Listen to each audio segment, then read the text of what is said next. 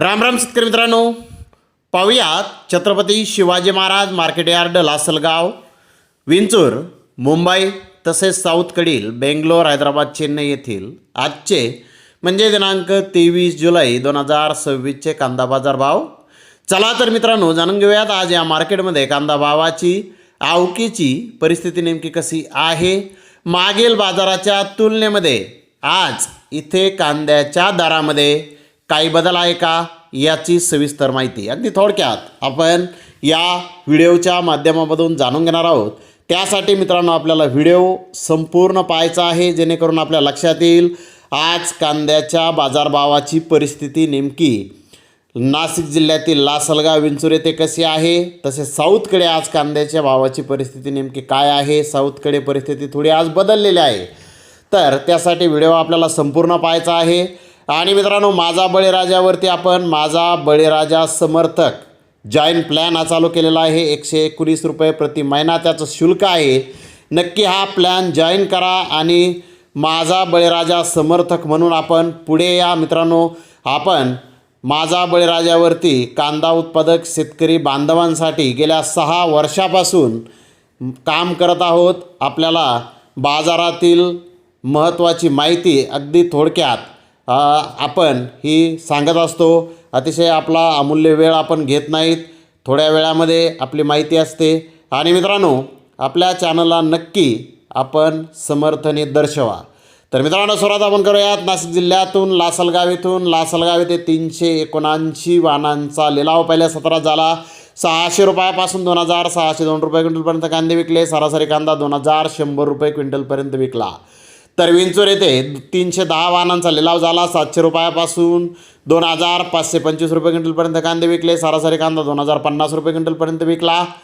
मित्रांनो, लासलगाव विंचूर येथे कांद्याचे भाव आज कालच्या बाजाराच्या तुलनेमध्ये स्थिर आहेत. तर इकडे मुंबई येथे 7202 क्विंटलची आवक होती. 1500 रुपयापासून 2500 रुपये क्विंटलपर्यंत कांदे विकले. सरासरी कांदा 2000 रुपये क्विंटलपर्यंत आज मुंबई येथे विकला. मित्रांनो, मुंबई येथे कांद्याचा बाजार कालच्या बाजाराच्या तुलनेमध्ये आज स्थिर आहे. तर पाहूयात साऊथकडील परिस्थिती. बेंगलोर येथे 45,127 गोण्याची आवक झाली होती. महाराष्ट्रातील एक्स्ट्रा सुपर बिग साईज कांदा 2900 3000 रुपये क्विंटलपर्यंत विकला. बिग साईज कांदा 2700 2800 रुपये क्विंटलपर्यंत विकला.